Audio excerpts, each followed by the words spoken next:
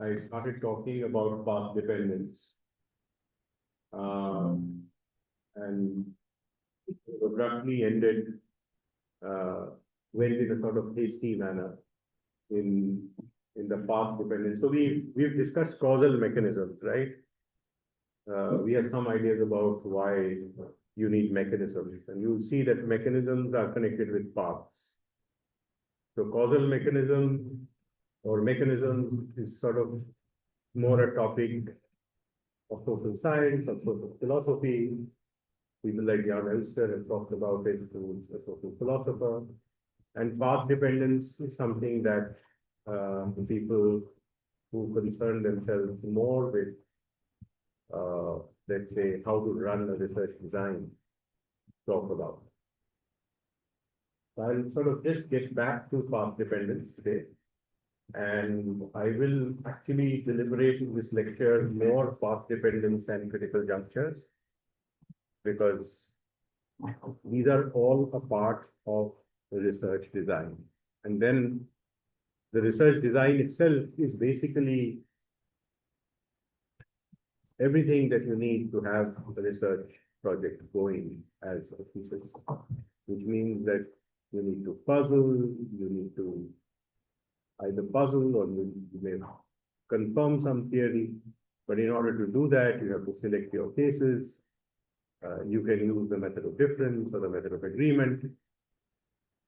And you might want to think of causal mechanisms.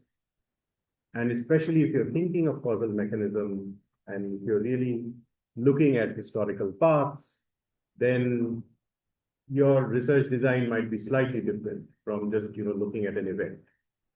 So you can just be saying that I want to study what produced the war at a particular point in time. But if you want to, let's say, study what actually produced the process through which the war happened, then that's more like a path-dependent story.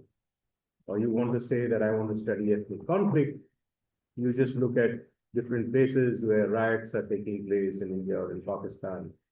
That's one way to study. The other way to study is actually to see why a riot actually happened. Like, there was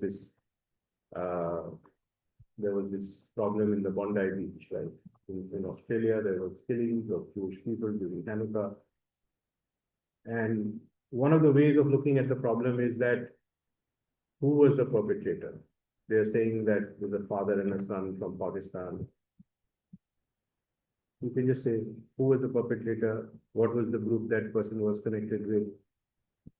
And try to deal with the problem. The other way of looking at it is that what is the situation that has led people to take the guns so that they shoot at some Jewish people, right? Then, you're actually looking at a process. Similarly, there were attacks in Delhi recently, right? By people of Kashmiri origin. One way to look at it, the whole situation is to say that, oh, who are these people? What are they doing? Let us. The other way to look at it is that over a period of time, you've made Kashmir into a union territory. Is there a process that is radicalizing Muslims who are very well educated? And when do Muslims well educated get radicalized? Is this kind of something that you associate with Osama bin Laden? And then you start studying a process, right? So you can just do a case study looking at a case, and you can also look at how to study processes. And because I want you to think also in terms of processes, I will spend almost the entire lecture today talking about path dependence and critical juncture as sort of the study of a process, and then summarize everything with what we call research design. So even though the lecture is called research design, it will be mostly spent talking about path dependence. And I will, just for your benefit, repeat some of the slides so that, because we sort of ended in a hurried way, you have the whole picture. Like we sort of ended with most likely, least likely, things like that, causal mechanisms. Now we actually look at how you really study a process through path dependence. So in the last class, you might remember that I talked about the problem. The other thing I'll tell you is that, sometimes the slides get repeated because I have not finished the lecture, right?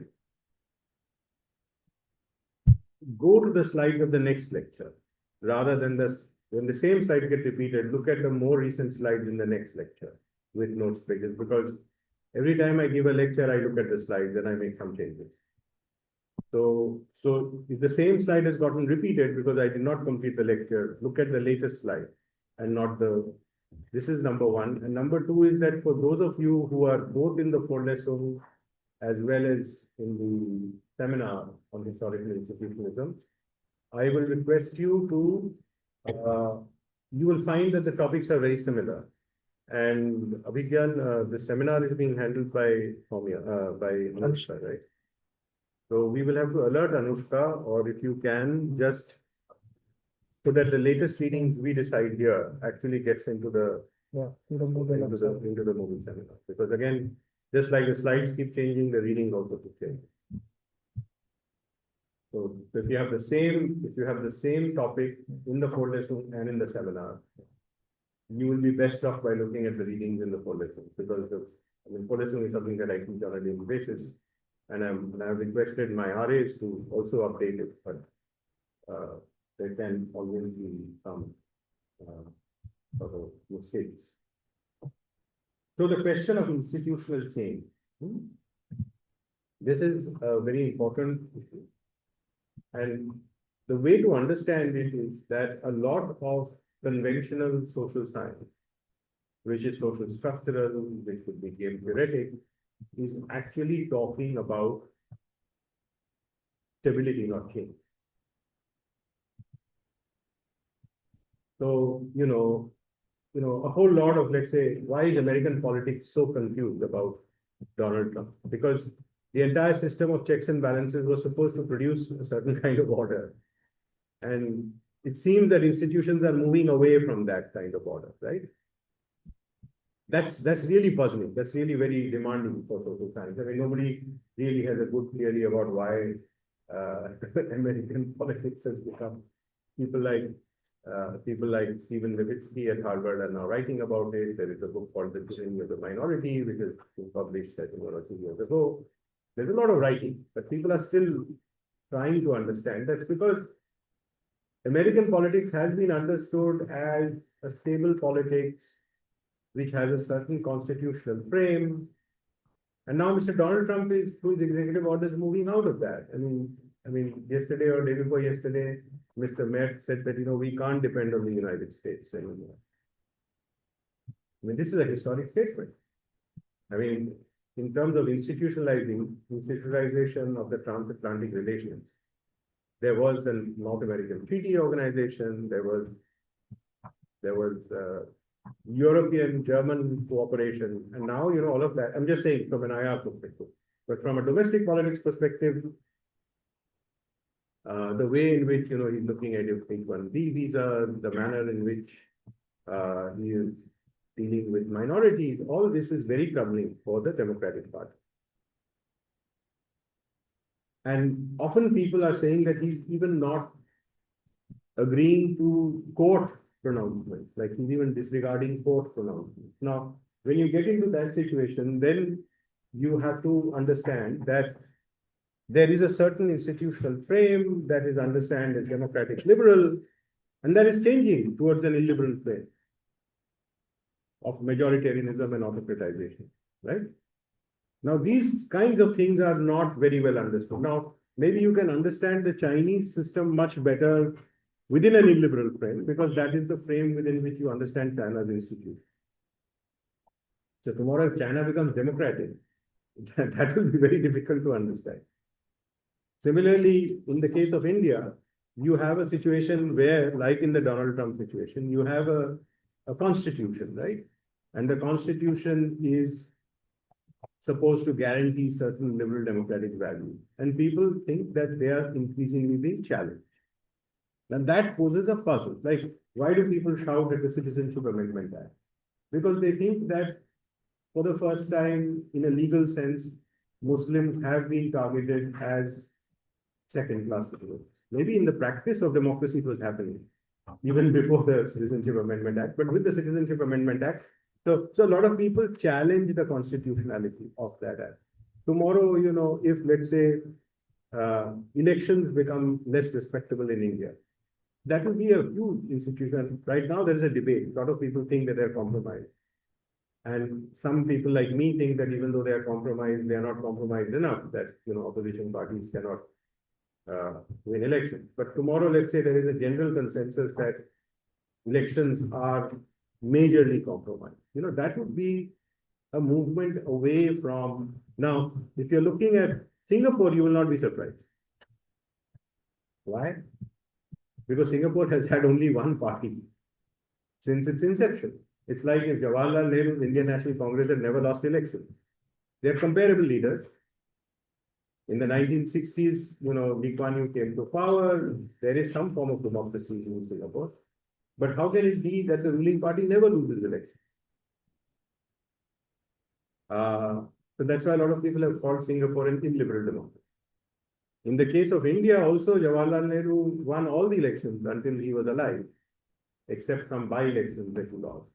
But after he passed away, Congress lost 7-8 states in the 1966-67. And in 1977, it got out of power. After that, there was coalition politics, and now it's struggling to get back into power, right? So you can actually argue, looking at Nehru, you didn't know whether he was autocrat because he was always winning elections, but he may have sowed the seeds of institutions that could subsequently. It doesn't seem that Lee Kuan Yew has done that, right? So if for Singapore, if you get an opposition party to come to power, that will almost be like institutional change. For India, if let's say India becomes a one-party democracy led by the BJP, that will be institutional, right? So institutions actually they can be any kinds of norms, right? They can be right-wing norms, they can be autocratic norms, they can be liberal democratic norms. They kind of undergird certain norms which produce behavior, and social science theories are very good at telling you how continuous behavior is repeated and why, when you move away from that kind of behavior, institutions will bring you back to that. So you try to be a Navalny in Russia, Putin will kill you. You try to be too much of a dissenter in China, you might vanish. Now, if India also becomes like that, then that will be institutional too. But in Putin's Russia, if Navalny gets a voice, that would be institutional. In Xi Jinping's China, if people on the ground get more of a voice to express their dissent regarding the Chinese Communist Party, that would be institutional, right? So you have to understand that social science theories are much better at just trying to tell you how institutions perform, maintain the status quo. And this is what I called in the last lecture, the pendulum model. The pendulum model is also the equilibrium model. That, if the pendulum swings, it will come back to the center of gravity. Again, if it swings in another direction, it will come back to the center of gravity. So try to be too autocratic in America, you will have to come back to democratic. Try to be too liberal democratic in China, you will have to come back to certain autocratic norms. Because that's how institutions have been configured, right? Good or bad, right or wrong. You try to be an opposition politician in Singapore, under the current institutions, you can never become president, right? Let's say India's liberal democratic institutions are very strong. I'm just posing one. And if the current government tries to be very autocratic, maybe it will get self-corrected. Because, there's a federal setup, there are different states. Even if you can choose your own chief election commissioner, he cannot completely run the elections on his own.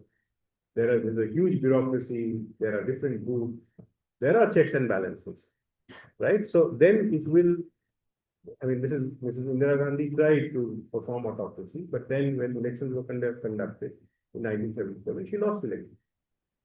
And then in 1980, she came back with a huge majority.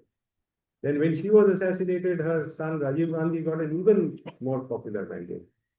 But from 1984 or 85, his mandate ended in 89. After that, there was a period of coalition rule, that no single party could actually form government.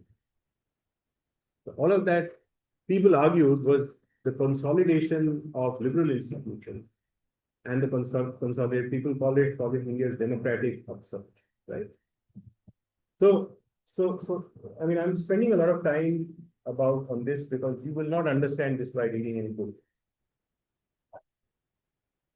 A whole lot of social science is just talking about institutions, well status quo. And there is much less effort to understand how they change. How do autocracies become democracies? How do democracies become autocracies? How do institutions that produce that are, let's say, inward oriented become outward oriented? Because if you have institutions that don't promote trade, you can't become a Infosys or a Wipro or a Date Garments. I mean, there are great, but when your institutions change to promote export, in the same countries, you have entrepreneurs able to do different kind of business. The same Tata who are producing a truck for the Indian market can now produce a Jaguar and a Land Rover, right? But the Tatas could not have gone and acquired those companies if India had not globalized. So then there is this question of the negative feedback, and then there is also the first question of a positive feedback. Positive feedback is when your system moves away from the center of gravity. Like a democracy is becoming an autocracy. A feudal structure is becoming democratic. Let's say your structure is feudal and you try to be very democratic, it won't work. Try to produce wage labor in a feudal system. The worker or the serf or the lord, if he tries to get a wage, then will be beaten up by the lord. And if that serf who is tied to the land tries to leave that land and tries to go to another person's manor, he or she will not have that kind of opportunity. But within a capitalist system, however oppressive, a worker will get a wage and may be able to move from one factory to another, or from one plot of agricultural land to another in order to demand a higher wage or better conditions. Not that capitalism is not exploitative, but Marx said that it's very exploitative. It is like what Charles Dickens said, but it is the best system we have unless you get what he thought was a communist system. So even Marx praised the capitalist system as and therefore capitalism is at the root of a lot of theorizing. Like capitalism produces democracy, capitalism produces nations. If you look at Western world, capitalism, because it came as an understanding of a certain kind of structure. But then how do you move from feudalism to capitalism? That is not the pendulum model. That is what social scientists or physicists will call a positive feedback, that we are actually moving away consistently from the center of gravity. Another very good example is the prisoner's dilemma game. I don't want to talk about the prisoner's dilemma game because if I do, then the whole class will. But the prisoner's dilemma game is a game theoretic understanding which is used in microeconomics as well as in international relations theory. Perhaps in the next class, I will talk more about the prisoner's dilemma game because it is the foundation of what international relations scholars call neoliberal institutionalism. But again, the prisoner's dilemma game has a unique solution. And it is like an equilibrium solution. And a lot of modeling that happens in economics and in the social sciences out of the prisoner's dilemma game is actually the equilibrium model. So, let's say the partial or the general. Well, that depends on what you're looking at, but there is a Nash equilibrium. I mean, there could be a single shot prisoner's dilemma game. There could be a multiple shot prisoner's dilemma game. There could be multiple games, but the Nash equilibrium is suboptimal, which produces conflict. Like the two prisoners, even though they have an incentive to cooperate between each other, they do not cooperate because of the structure of the game.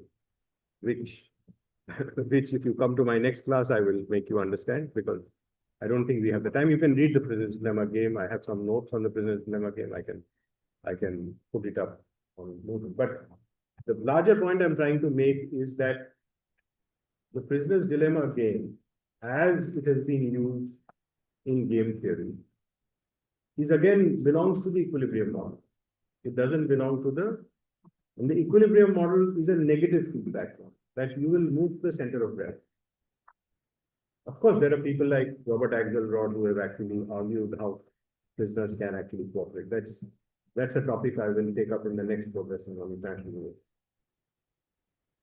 So the point I'm trying to make is that you understand the difference between positive feedback and negative feedback. You understand the difference between an equilibrium model and a model that actually moves away from the equilibrium. So one big example is the QWERTY typewriter. The QWERTY, the board, the typewriting board, which is called the QWERTY system. A lot of people in management and in the social sciences have argued that this is actually not the most efficient board, most efficient way of typing. But what happened was that this got adopted. Many people started using this. A lot of people got trained in using the typewriter through the QWERTY system. When that happened, then many other people who tried to actually start a more efficient way of putting numbers never succeeded. Because once people get used to a certain, it almost drives you back to the same system. So if two people know a more efficient system, it doesn't work, right? You can't sell your typewriters. So in a way, there's this center of gravity model. And then the question arises now that how do institutions change? Like you have very clientelistic institutions where democratic politics is based on transaction. You give me something, I give you something, you give me a vote. How do you change that to, let's say, a more programmatic politics? Which means that if citizens have rights, they will receive certain things. I mean, we've done some work on NREGS, looking at how there could be a transition from more clientelistic to more programmatic. Because in many parts of the country, it is very clientelistic. Now you have got GRAM, right? NREGS has become, I don't know, Ram is the god whose temple was inaugurated by the Prime Minister and recently sort of preyed upon. And so GRAMji is an acronym. Can you remember, Gaurav, the full acronym of GRAMji? I have published papers on NREGS, but it will be difficult for me to remember GRAMji, apart from GRAMji. That is Gram. Guarantee for Rozgar. Guarantee is an English word. Rozgar and Ajivika Mission. So the words have been constructed in such a way that nobody can remember. What you can remember is Ram, which is the name of God.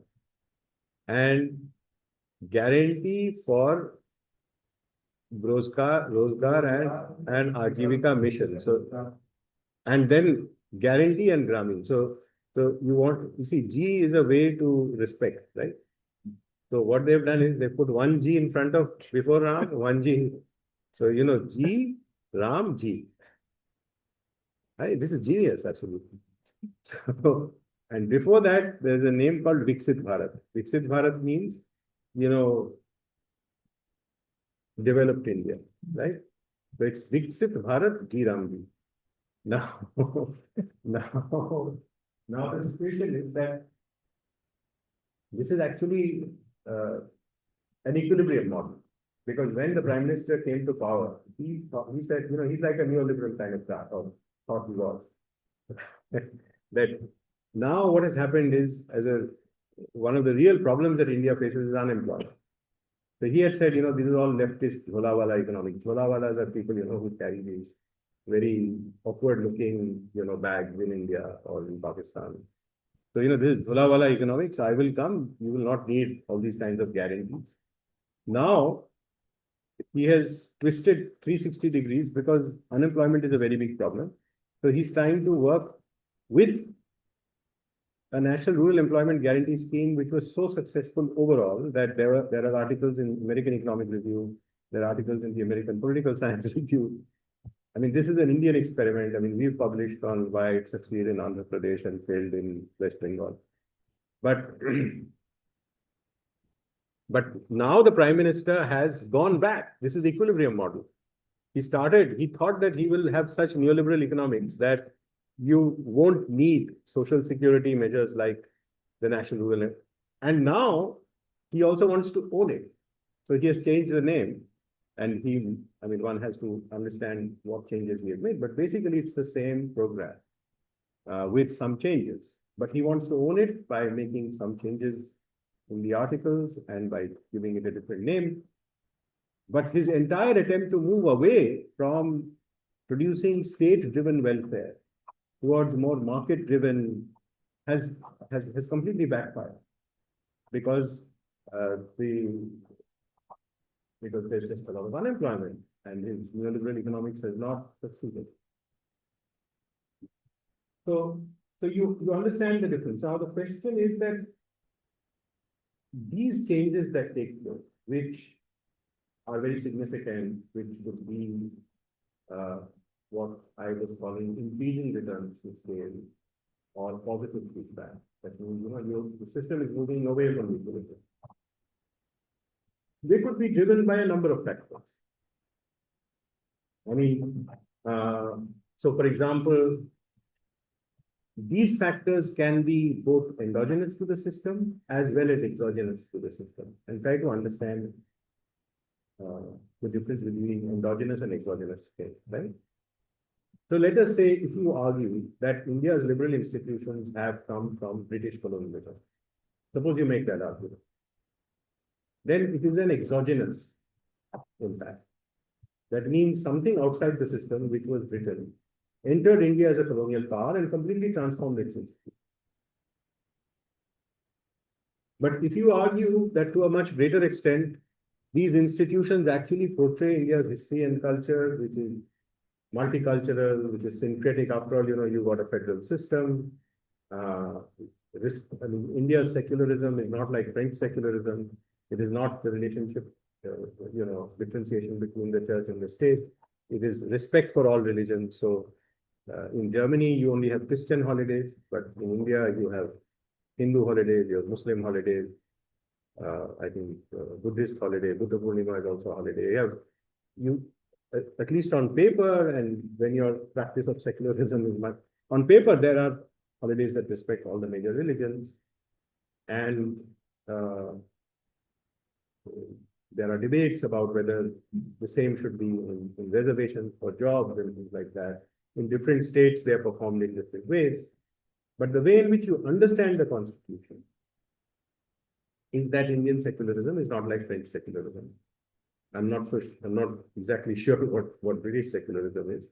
But the point is that if you argue that these institutions they may have interacted with the colonial experiment, but it came largely as a result of the debates that were taking place within the Indian National Congress, then you will make an endogenous kind of argument. So Maya Tudor, for example, has a book where she says that if you have to understand India and Pakistan, you have to understand the nature of the Muslim League and the Indian National Congress. And she says that the Muslim League was actually far more driven by landed interests than the Indian National Congress. And that is an endogenous argument. But if you argue, like many of the Cambridge historians, that everything happened at the time of the partition, and basically if you know what the partition was about, you know everything about the South Asian history. That is an exogenous. That is something external to the system happened, and that sort of changed the process. If you read Darren Acemoglu and James Robinson's Why Nations Fail, it's clearly an exogenous argument, because Acemoglu and Robinson are saying that the difference between British and Spanish and Portuguese colonialism actually can explain the difference between United States of America's good institutions and Latin America's more extractive institutions. And the whole book is about how Spanish and Portuguese colonial, especially Spanish colonialism, was very extractive, was very brutal. It didn't produce inclusive institutions. And that's what Latin America is suffering from. Whereas, whereas Britain was far more inclusive, and therefore you got liberal democracy. Now, somebody can argue that American institutions have a lot more to do with America's own struggle for independence and other things. That would be more of an endogenous. And it is very puzzling, again, coming from this lecture, like you read Acemoglu and Robinson's book, they won the Nobel Prize for Economics a few years ago. And it's not just that book. I mean, if you go to their CV, you'll find they have lots of very serious papers in economics, the Journal of Political Economy and the American Economic Review. So they've done some serious sort of academic work, and then they've summarized it into a book that everybody can read and understand, pretending to be historians. But what can be puzzling is that there's not a single sentence on India or on South Asia. I mean, there is so much talk about how British colonial institutions were good for America and why Spanish and Portuguese institutions, and there's no comparison of what British institutions then did for South Asia, in Pakistan and India. Now, if you're studying a methodology class, you will start asking questions like this. Because you'll read a historical book, but you'll actually find an independent variable and a dependent variable. Through that entire history, you will see that there's a common argument that the guy is trying to make. It is an exogenous argument. It is about external pressure producing and changing institutions. Endogenous arguments, on the other hand, are how do things change from within. So, for example, Douglas North and Barry Weingart's piece, and all of these, I think, are in different classes that I have taught. That's more of a endogenous argument, that capitalism was developing within Great Britain, and the development of capitalism within Great Britain created a club called the Parliament. The Parliament was not a great welfare society. It was a club of the rich, but it was an interest group that could distinguish itself from the landed and the aristocrat. So even today, you'll find that the monarchy looks down upon the rich. They have a lot of wealth. But, these are rich people, they make money, they do profit. So, maybe a lot of them benefited from colonialism as well. They were not considered to be very high in aristocratic culture, refined, but they became very wealthy. I mean, one of those guys actually went and set up a university called Yale. It was created out of the loot that happened in India. His name is also Yale. And that's an Ivy League school. But point I'm making is that if you look at Douglas North's argument, he is saying that, almost like Marx, he's saying that there is a material basis to the birth of democracy, and that material basis is in what Marx would call the mode of production. That, you've now created, because of technological change, which has perhaps sort of represented itself largely in industry, but may also have represented itself in agrarian relations, created a class of people who become rich and who are not like the landed. And they are uneasy because the aristocracy, led by the monarch, is actually demanding more and more and more to fight his wars of colonialism and his greatness. And while these people are willing to lend, they would want at least their principal to be returned back, and preferably with interest. And these fights actually become such that the parliament becomes the representative of the capitalist class, which then takes on the monarchy in the Glorious Revolution of 1688. There's a radical phase where they want everything to be changed, but then there's a moderating phase where the monarchy also remains, but has to relent. And the relenting that happens creates long-term changes, such as the creation of the Bank of England. The most important part of that article is the Bank of England, because the Bank of England, regulated by the Parliament, actually now oversees the regulation of credit that goes to the king. So now these rich guys have a way of seeing that the king can't just be telling us, that just give us money for God and country. And how can be a loyal Brit if you're not doing that? So then the business people actually find an incentive to fund the king. And if those wars become profitable, like they did in India, these guys also become rich. You know, what did British colonialism begin as? It began as a company, right? It was the British East India Company. Only later on it went under the crown because it was difficult to, a company could not fight those wars. So it came under the crown. But the crown was a very extractive organization. And that extractive organization, we know that China and India, which had a huge share of the global GDP and manufacturing, were reduced to nothing. I mean, China was not directly colonized, India was. But these were actually very rich countries in the 18th century. I mean, you can look at the data that people like Angus Madison produced. I mean, they became very poor, but there were lots of famines in India. So the point is that this whole idea of a profitable imperial order, which is a part of, let's say, British policy. I mean, this is also something that Lenin has argued. Lenin says that it is because, again, Lenin also has an endogenous argument. He says that it is monopoly capital, something that is happening inside the country. Capitalism is advancing in such a way that industrial capital has become quite large scale and supported by finance capital. They have created such an interest that if you want to understand the state in capitalist countries like Britain, France, and Germany, you just have to understand the nature of capital. And the guy which is the biggest monopoly capitalist actually has the largest empire, which is Britain. Douglas North is saying it in a different way, that, you know, the so-called parliament is nothing but a club of capitalists.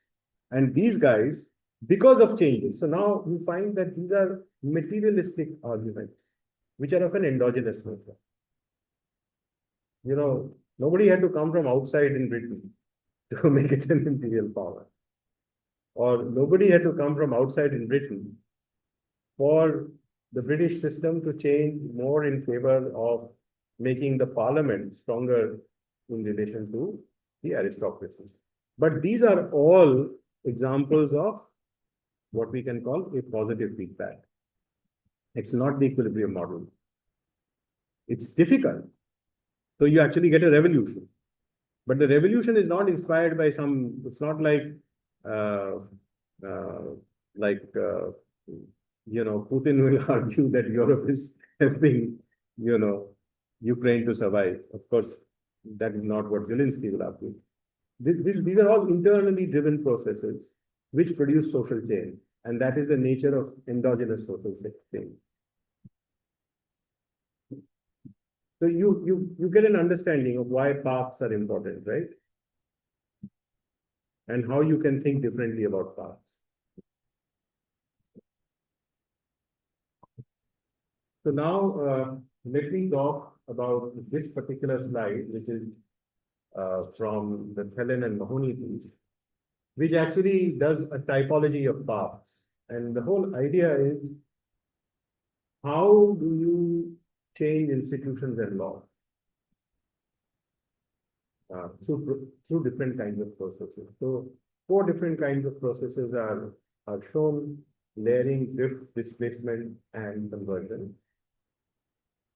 And Helen and Mahoney argue that these different kinds of processes actually depend on 2 variables.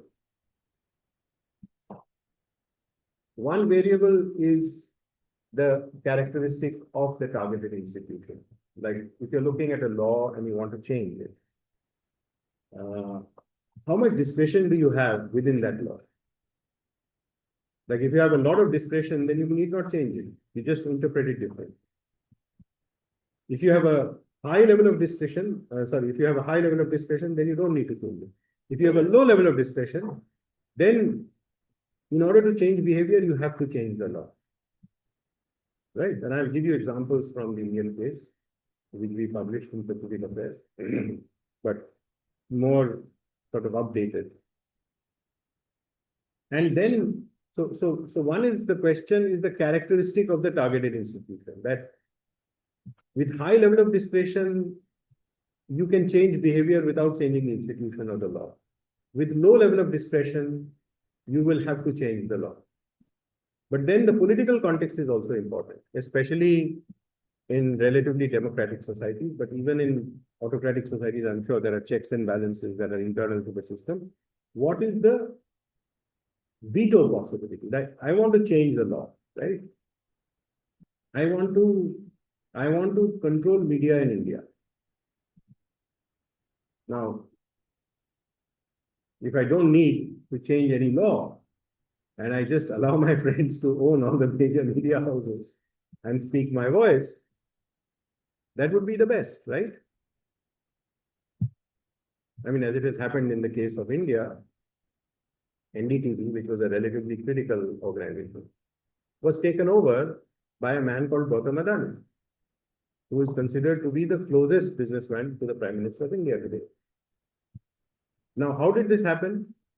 This happened, NDTV's leaders, I mean, Prannoy Roy and others, were accused of financial wrongdoings that have not been proven till today. But they were accused, they were harassed, and the company was taken over. And today, the same NDTV, which used to speak a very different language, is supporting the government. Now, no legal change was required for this, right?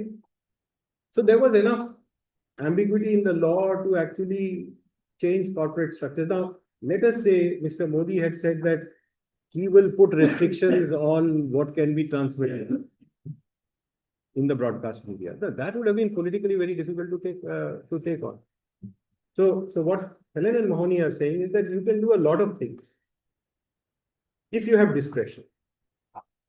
And if you do radical things, then you will call it conversion. Like you haven't changed anything, but the behavior has changed radically. That is conversion, depending on what you consider radical change. And if you have not changed behavior radically, but noticeably, then you call it drift. It's called institutional drift. Institutional changes happen. So if you consider what has happened to the Indian media, if you look at Reporters Without Borders, right? Then, it seems like it's radical change. You don't have to agree with rankings, but India is like 160 out of 180 countries. It's a liberal democracy. Then it's radical change. But if you don't agree, whether it's drift or conversion depends on how you code that change, right? But what is common to both these ways of institutional change is that you really don't need to make any changes in formal institutions. But if your institutions, and you will take that decision depending on what is the extent of opposition that you might face, right? So, for example, the abrogation of Article 370, where you converted a special state of Jammu and Kashmir into two union territories, Jammu and Kashmir and Ladakh. You can call that radical change. Because earlier institutions, however imperfect, were based on the idea that a Muslim majority state must have a special status, and that is how statehood was negotiated. Now, you are saying that because there are Muslims in that state, it has to be brought under central control. So that's a radical change in norms. You don't trust Muslims. And not just create one union territory, you create two union territories. What does that do for you?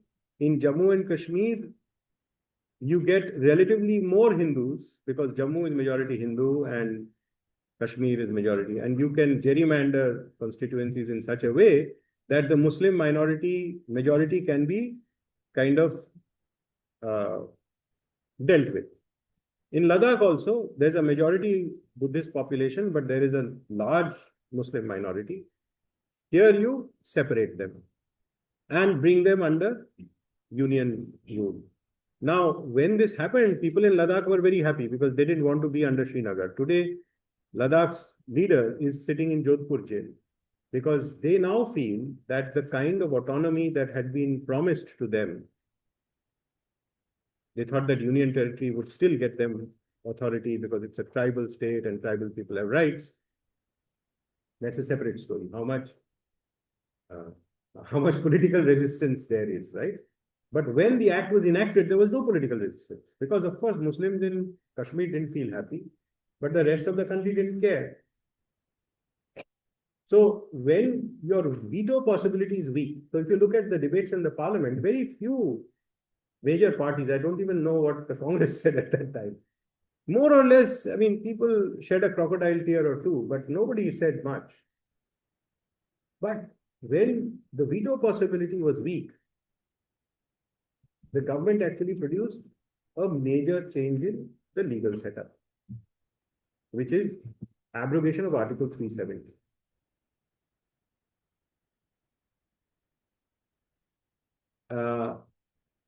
And therefore, you got displacement. You got an institution displaced, right? But if you argue that Indian media has now been converted, at least the broadcast media has been converted, not the internet media. I think although a law has been passed on regulating the internet, which can be very stringent, but I'm not saying that all of Indian media has been captured. You can still get a lot of news which may not be correct, but which is critical of the government. But you won't get it in any of the major news channels. And you will not get it in most of the major newspapers. In some newspapers, you will. So maybe print media is relatively a little bit more free, but there are huge attacks on journalists. So you can say that where there was a strong veto possibility, you actually converted institutions. You didn't change the laws. So maybe for broadcast media, you can argue that there was an institutional conversion that happened. You didn't need to change any laws. You don't need to change a law to change the ownership structure of Indian media, which 60 or 70% of which is with Mr. Ambani and Mr. Adani. Now, you could also, if your veto possibilities are very strong, right? Like there'll be a strong opposition. Then you can do two things. You can change your laws incrementally because you know that a radical change to do something like abrogation of Article 370, then it will not succeed. It happened with the farm laws in India. In India, the government tried to change the farm laws, which favored a certain caste and class of people in the agrarian sector through a process of local markets. And the farm laws were sought to be changed in such a way that for the benefit of efficiency and other things, it was considered to be made more national and integrated with markets. Now, a large number of farmers saw this to be a threat because it was like corporate India taking over farmers who had a very strong political constituency. And there was a huge protest. And within a year, the farmers' movement led to the repeal of the farm laws. So, there was a strong veto possibility. And a kind of displacement was tried, but it did not succeed because the government miscalculated the veto possibility. Again, there was going to be institutional change. I mean, there have been these local markets called mandis for maybe hundreds of years, maybe something pre-colonial. Or certainly it was during colonial time. But you miscalculated the opposition. And so you got the repeal of the act. So, it was the equilibrium model. Displacement was tried but failed because you miscalculated the veto possibility. But then you may not miscalculate the veto possibilities also. You might say that, look, let us change things gradually, but let us do it legally. And this is something that has happened in the case of the Foreign Contributions Regulation Act.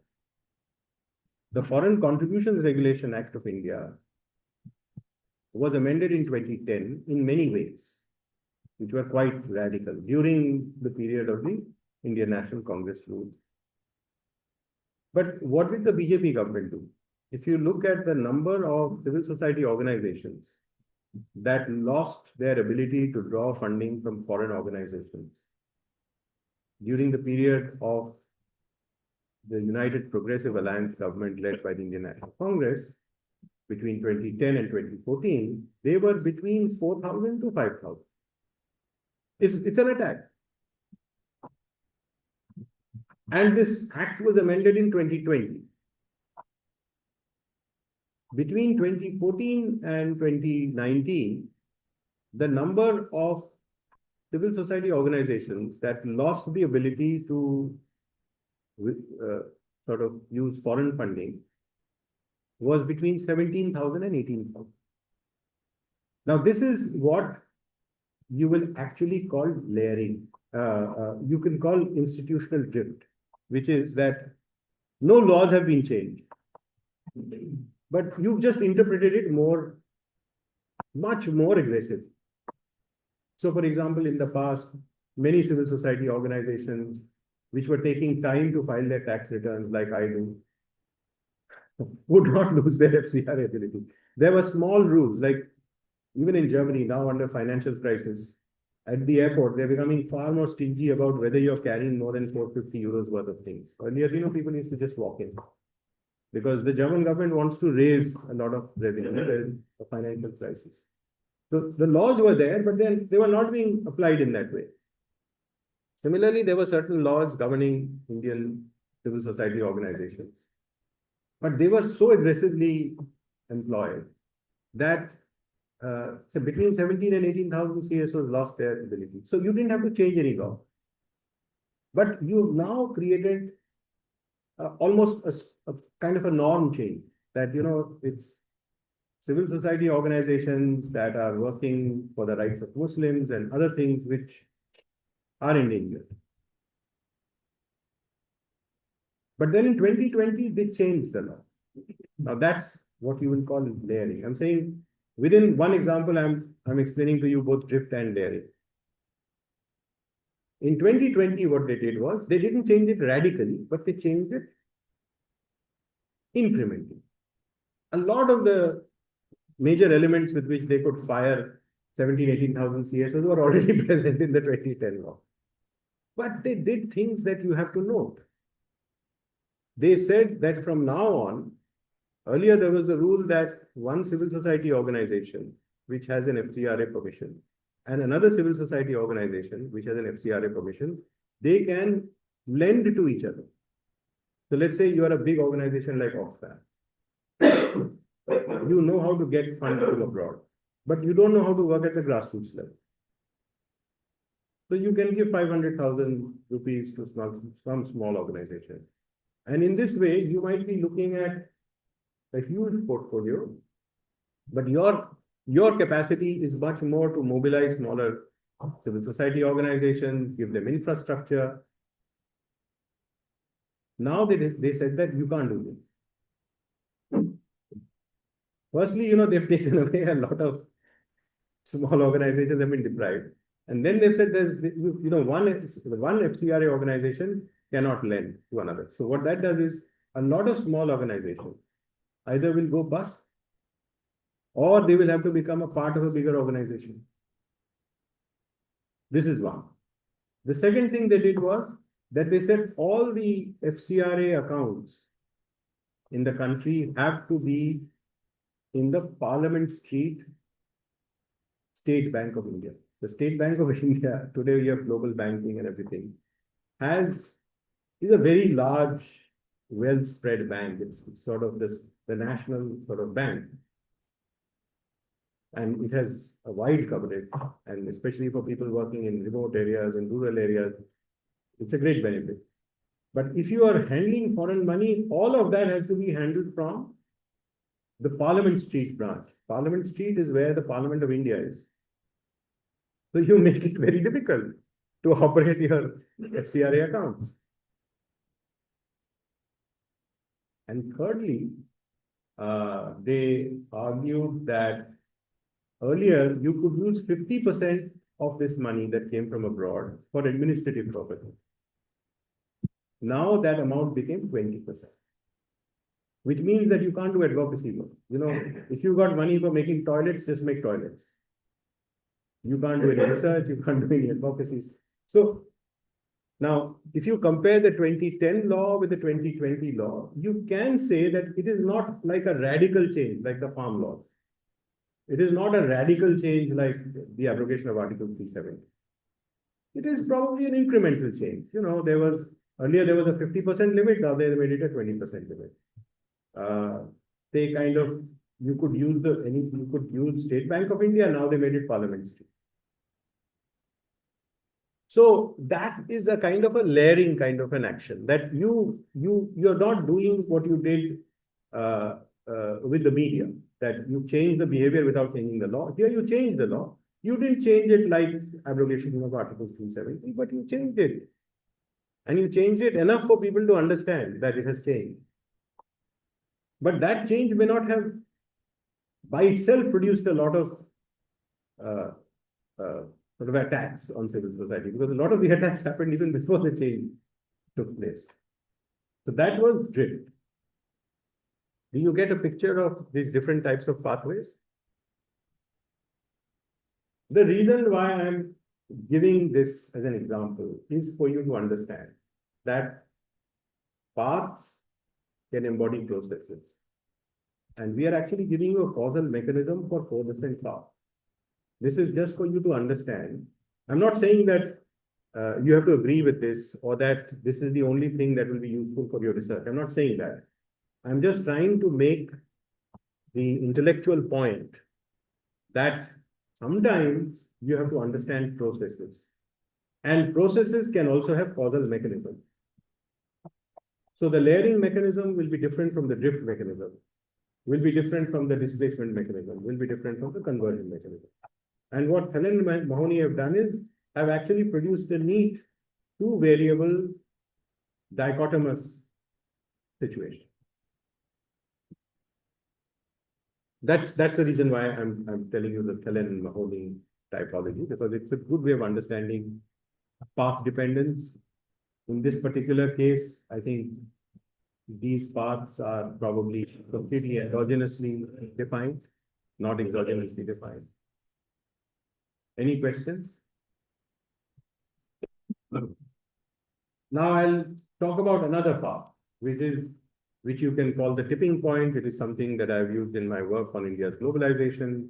It's in my book, Globalization and Deregulation. It's in a piece summarized in the Review of National Political Economy.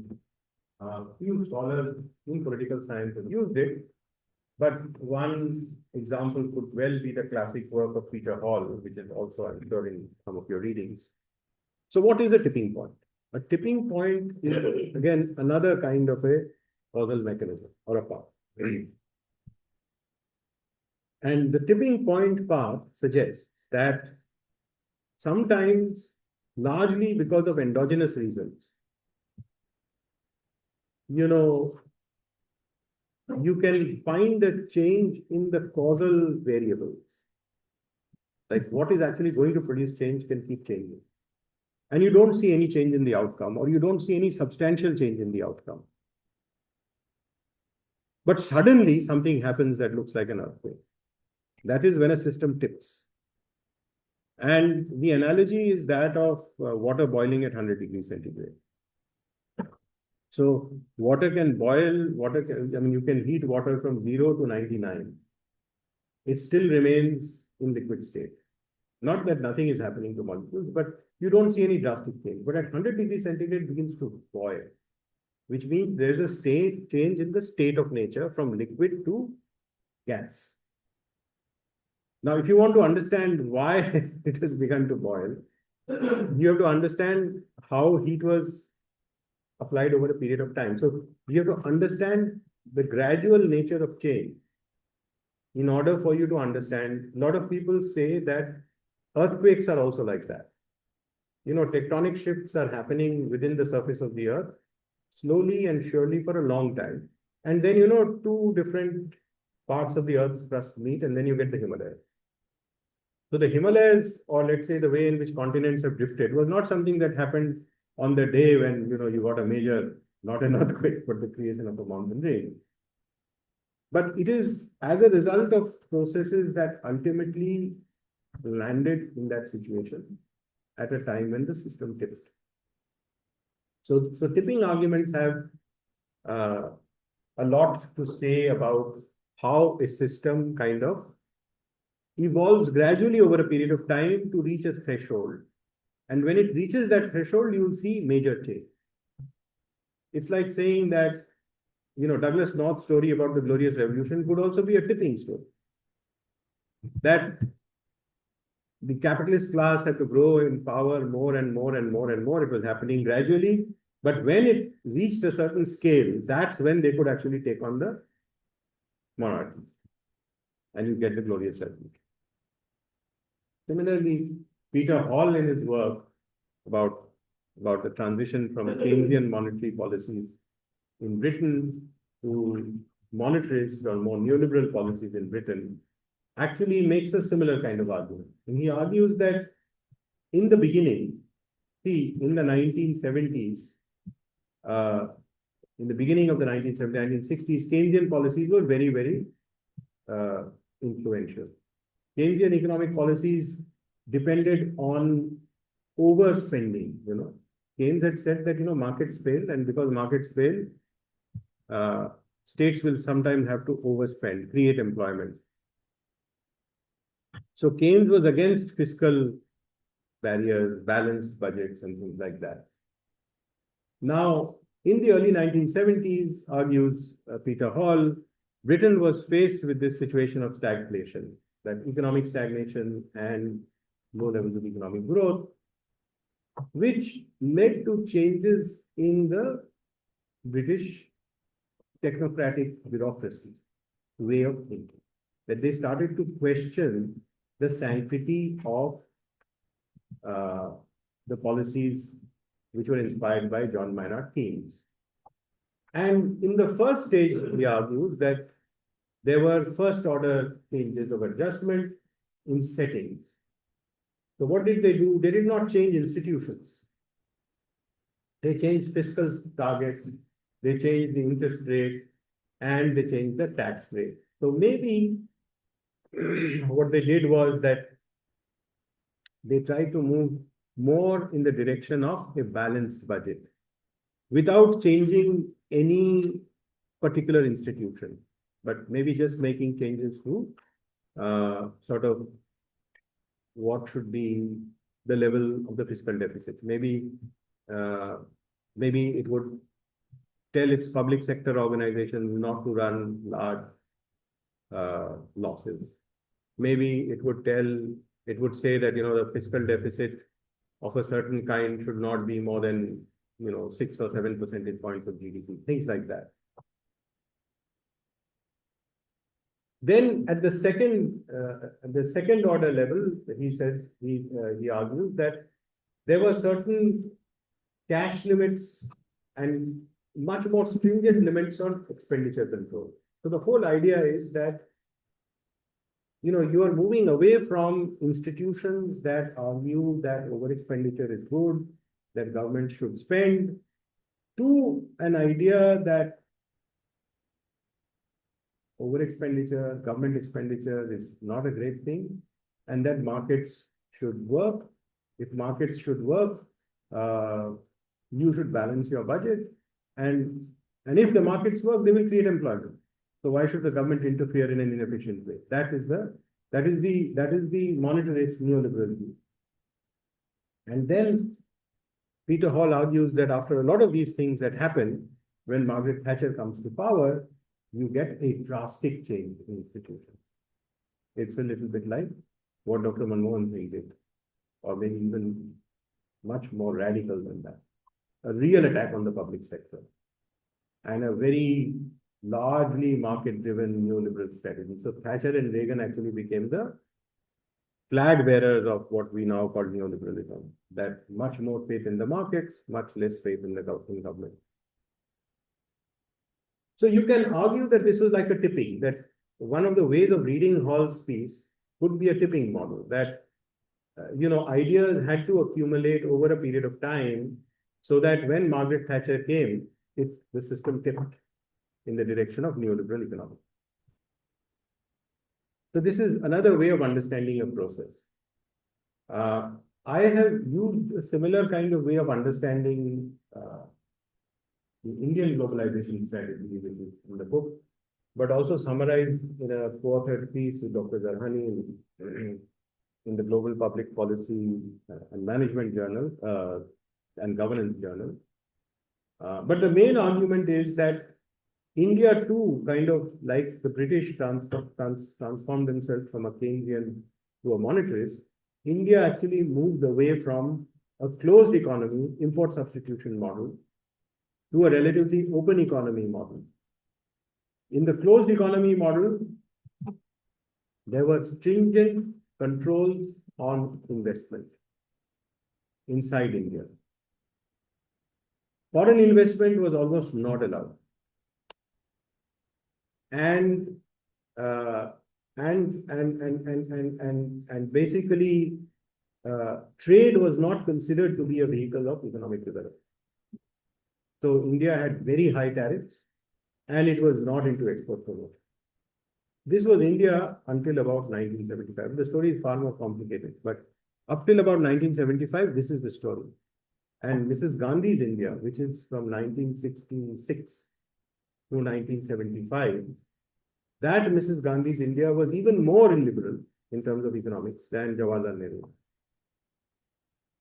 A lot of measures were taken to stifle investments, and there was a view that the West was actually a kind of a predator. I'm sure China also had a phase like that. But then I argue in all of these works that from about 1979 onwards, you will actually begin to see how the government of India really starts criticizing itself in very important reports. So there's a report on physical control, there's a report on trade, there's a report on public sector. And all of these reports are basically saying that you need trade for development, you need to reduce controls, and to some extent, you need foreign investment, especially for technology. They were not very, very gung-ho about foreign investment. And then, after these new ideas come, also you begin to see changes in policy. So, for example, the Monopolies and Restrictive Trade Practices Act, which was a huge regulatory bottleneck for Indian industry, was kind of reenacted in 1984. The Indian rupee, which was very highly overvalued, was slowly devalued during the period, during the 1980s. It was not radically devalued. The Indian rupee did not become like a market-determined currency, but, in the 1970s, it would have been, maybe 10 rupees or 12 rupees to a dollar, which was not the market rate. And by the end of the 1980s, it might have become 20. And when the real economic liberalization happened, it became 50. So you really did see a lot of incremental changes. There was the information technology policy of 1980. There was the information technology policy of 1984. Then there was an information technology policy in 1986. Sectors of the Indian economy that would later on become the growth sectors for export, like pharmaceutical, information technology, and auto components, were all deregulated in the 1980s. But again, it was like the devaluation story. It was not to the same extent as it happened in 1999. So if you follow the tipping model, then you will find that the system was moving in that direction, like the Peter Hall case. And when 1991 happened, there was a balance of payments crisis. But during the balance of payments crisis, perhaps the reason why you could carry on the fairly sophisticated globalization strategy was because ideas within the state had changed. And in my book, and in the review, I compared 1966 with 1991, because in 66 also there was a balance of payments crisis. And after that, India became even more regulated. And in 1991, there was also a balance of payments crisis, and India actually deregulated. So I argued that just foreign pressure cannot be a way of explaining, what happens, unless there is. So that is a way of making a more endogenous argument. And that is a way of strengthening the endogenous aspect of your argument, right? That you're actually giving a lot of salience to how the system was moving away from a closed economy model to a globally integrated model. And for that, you have to trace the process through a tipping model that changes are taking place in ideas. Now, notice that both in the case of Peter Hall as well as in my case, the nature of gradual change has two different kinds of rules. In the Douglas North case, it's capitalism that's doing the job, right? It's capitalism that produces the parliament that takes on. In this case, and in Peter Hall's case, it is ideas within the state. Technocrats are thinking about how to solve policy puzzles. And they are interacting with political executives and changing policies gradually.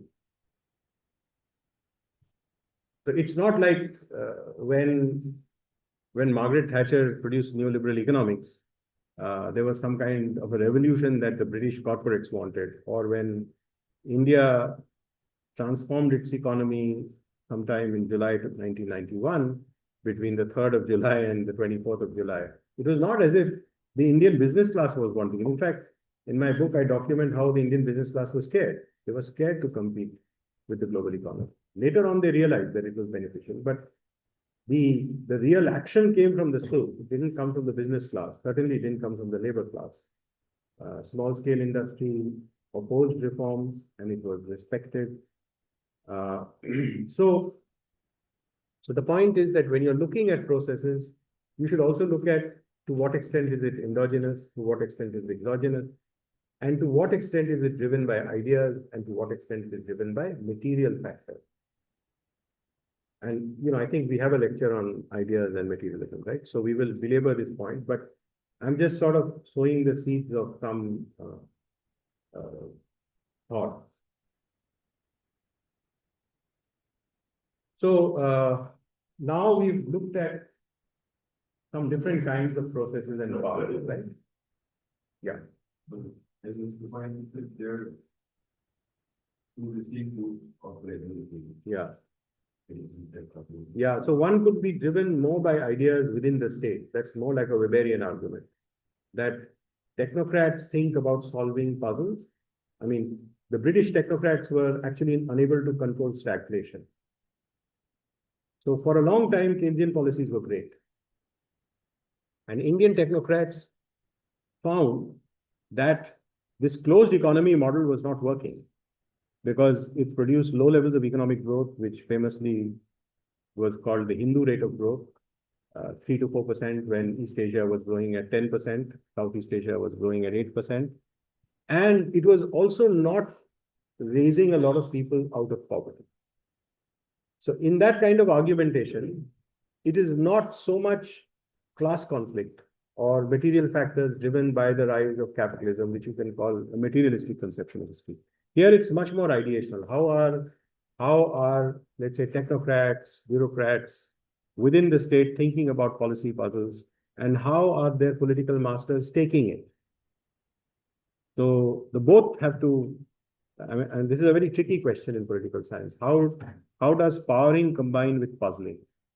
So in comparative politics, this whole idea of, like we call puzzling in the methods class, there is also puzzling within the state.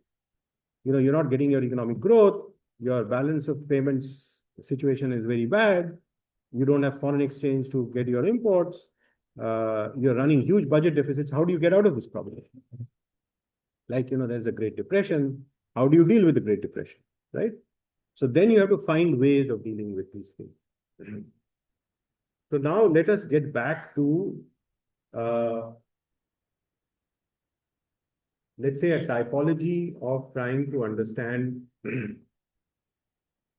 different paths, let's say, looking at the whole question of autocratization in India.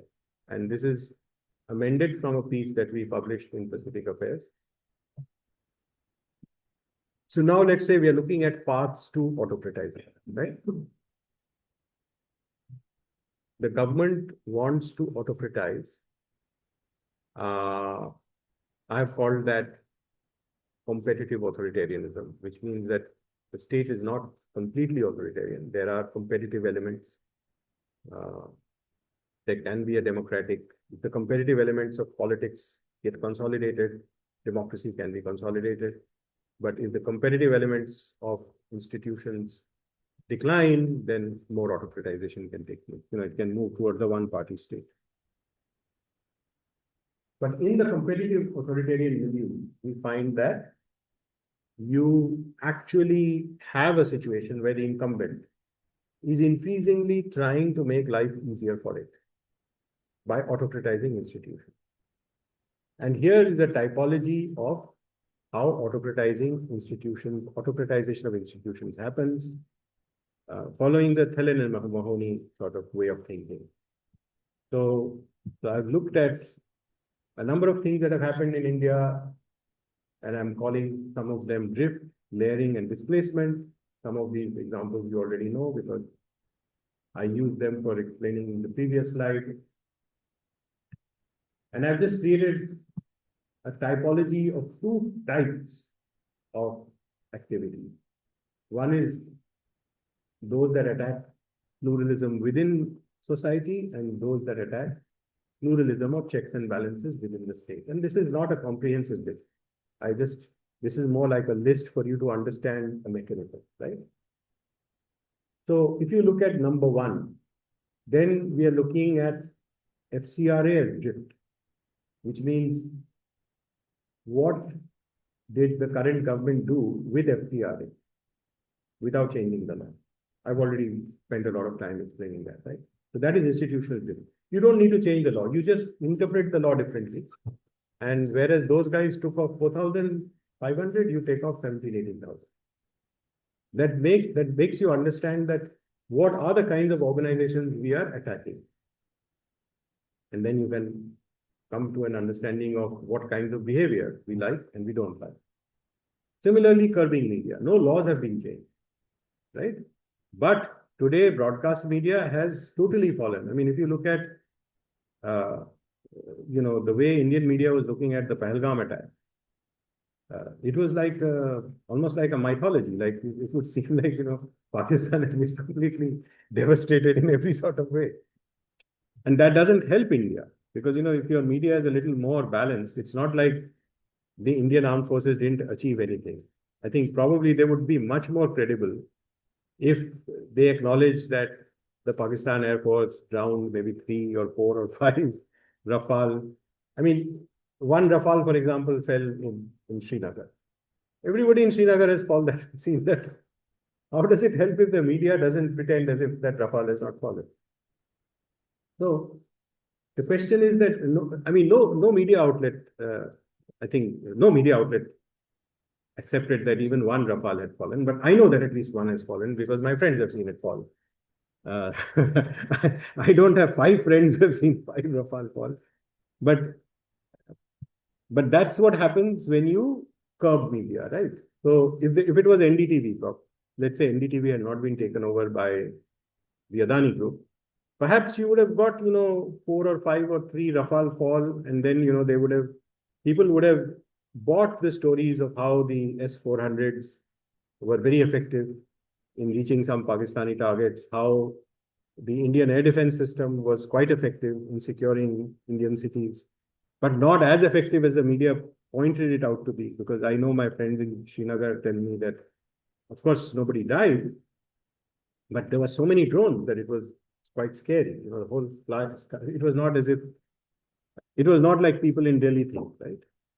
And of course, people in Delhi didn't feel. So point is that media, you curb media in such a way that the Pahalgam attack, perhaps, I don't know how the Pakistan media did it, but at least on the Indian side, looked like something which nobody was willing to believe. But no laws have been changed. And you just can create a narrative. Then you can go to number 2, where you actually find that there has been an incremental change in law. Now, if you want to autocratize, And if you want to promote Hindu nationalism, I just give some examples. The FCRA of 2020, I explained to you how that is a movement from drift to layering. The Prevention of Money Laundering Act is another example. There was a previous act, but after the Prevention of Money Laundering Act was amended, I think in 2019 or 2020, one major exception was made, one major change was made, and that change was about the nature of predicate offense.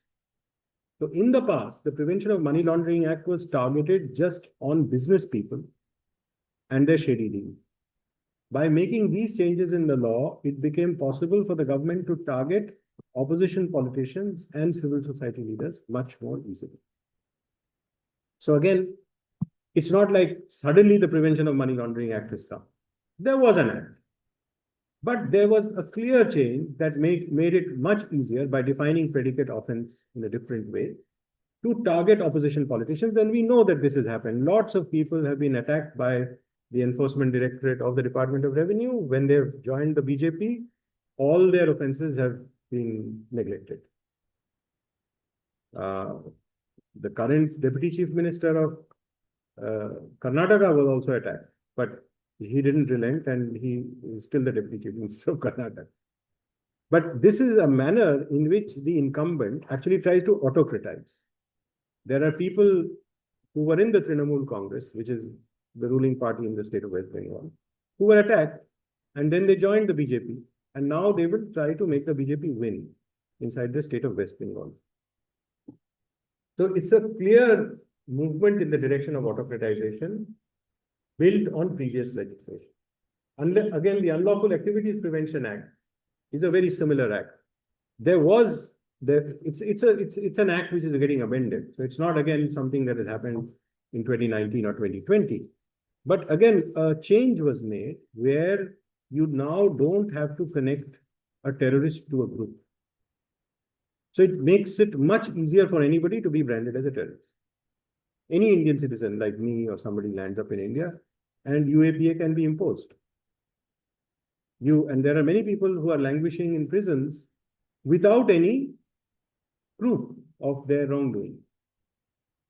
So once you have the PMLA, you can attack civil society leaders like Dr. Harsh Mandar, who did a class on films over here. He's a very decent guy.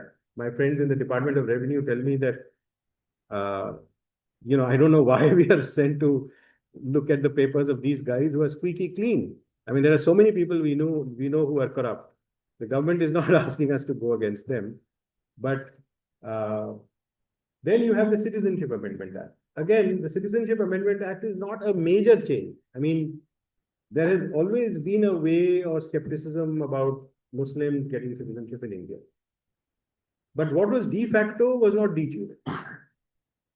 And now it has been made de jure.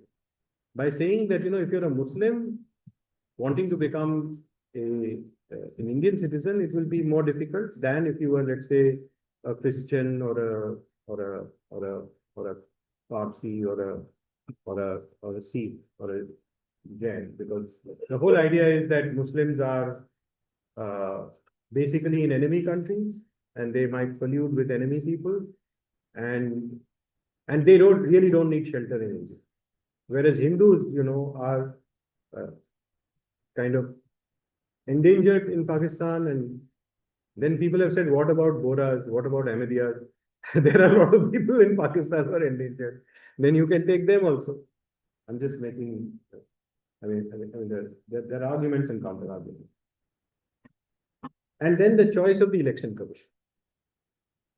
Again, in the past, historically, the Prime Minister chose. I mean, people know that. But when the Supreme Court was sought to advise on how the Election Commissioner of India should be chosen, their advice was that there should be a leader of the opposition, there should be the Prime Minister, and there should be the Chief Justice of the Supreme Court. Now, the government passed a legislation saying that it will be the Prime Minister, another minister the Prime Minister chooses, and the leader of the opposition. So now the Election Commissioners, the 3 election commissioners, including the Chief Election Commissioner, will be chosen by the government in power. Now, it is true that in the past also it was chosen by the government in power, but there was no law like this. And those kinds of choices also led to free and fair elections. Because Mrs. Gandhi was, she was a completely authoritarian ruler from 1975 to 77, and she lost the election. So there was some kind of respect for free and fair elections. I mean, she couldn't have lost the elections so comprehensively if the elections had been rigged. So the question is, again, you can argue that this is not a major change because this was always a de jure principle, but you can call it a layered change because, what was a matter of interpretation has now become law, and the law clearly says that the ruling party wins in the choice of election commission. Now, if you look at sort of drift within the state where checks and balances are being violated, then clearly the case is of the Indian Parliament. In the Indian Parliament, a much larger number of bills used to go for, there is PRS that does work on this, used to go for scrutiny with the standing committee. I mean, something like 70% of the bills used to go. That figure came down recently to about 13%. And most recently in our colloquium, one of our MA students said that the latest figure is 16%. So the Parliament of India, when it was passing bills, by and large, made these bills go through a bipartisan committee with, the Parliament of India has, some of them are useless people, but many of them are actually very, very competent. And I mean, I used to be at the Rajiv Gandhi Foundation, and we used to run kind of learnings for members of the Parliament. Very few used to come, but the guys who used to come were incredibly knowledgeable about what they were doing. So the standing committees of the Parliament had become not legally an institution, but had become like a venerable institution where you could see that bills, only mature bills come and then they get passed. And now that consultation is gone. Not only is that consultation gone, what is happening is that you quickly get a bill. Like nobody knows about it. 2-3 days ago, I know that MGNRBGS would change. 1 or 2 days ago, and that also, that nuclear security bill, right? So there's a lot of secrecy. And then the government has a majority in the Parliament. They will bring it out and they will quickly get it passed. In the case of the farm laws, it was also not passed with a proper vote. There was not adequate deliberation and it was passed through a voice vote. So no laws governing parliamentary behavior have changed. But there is a lot of discretion in which a majority party can actually operate. I mean, you can, because you have the majority, you can decide not to go to the standing committees. You can get the votes that you want. If you are even more insecure, you just take a voice vote. The Supreme Court also. The Supreme Court is probably still relative to the Parliament a little bit more respected because I will just tell you there was electoral bonds that the Supreme Court rejected. The Election Commission could not reject, but the Supreme Court rejected. But the Supreme Court has given judgments on the Ayodhya temples, which go against its own principles. I mean, Supreme Court had basically declared that those people who had destroyed the mosque were criminals. It has gone against its own judgment. Similarly, the manner in which the abrogation of Article 370, and all of these judgments have come many years after the event. People have gone to the court thinking that the court is a very respected organization. So how the court has declined a very critical view is actually in the current issue of Indian politics and policy. There's a piece by Christoph Jaffrello, which looks at the manner in which it's a critical view of the court. But a lot of the things, I mean, it's also very difficult to judge courts, right? Because judges are like judges and they give their judgments. So, for example, abrogation of Article 370, there is an opinion that Madan Lokur gave about the nature of that judgment, which is very interesting. That the manner in which that argument was made, he said that firstly, the judgment could have been a much shorter judgment. They made it very long in order to confuse the reader. And then they argued that abrogation of Article 370 was always possible and it was done. So once again, I mean, among India's institutions, I would probably rate the Supreme Court higher than the Election Commission. But very few people believe that the Supreme Court is not compromised. Because there is a guy called Umar Khalil, who is languishing in prison. I mean, my former colleagues in JNU have taught him that he's a decent guy. There's nothing against him. He's just languishing in prison for probably a UAPA allegation for the last 5-6 years. And the courts are not finding time to hear his case. So there is a great deal of evidence to show that the Supreme Court is compromised and no legal change has happened. No, I mean, there have been attempts to bring the judges much more under the control of the parliament. It has not yet succeeded because of strong veto possibilities. But the Supreme Court is fairly compromised. Oh my goodness, time is getting up. So electoral bonds is basically a system of election funding. Since time is running out, you can read which one can argue gave much more incumbent advantage in election funding than the previous financial architecture. Electoral bonds, it's not like the previous financial architecture was great. There were huge problems with previous financial architecture. I can't get into the details, but electoral bonds, again, kind of in a layered sort of way, made it far more incumbent friendly. And when you do that, then it becomes easier for you to win elections, which is why I'm calling it a part of the autocratization process. But the Supreme Court, after letting the BJP win elections in 2019, rejected it in 2024, which was something to be said about the court. But by that time, money had already been collected. And the Supreme Court didn't say that all this money that has been collected should be given back. So the money that was collected was used to fight elections, but it got rejected. So farm bills and abrogation of Article 370 I've already talked about. And I am going a little slow, but I think it's for good reason, right? Because I'm packing in a lot. So maybe I will not talk about critical justice today.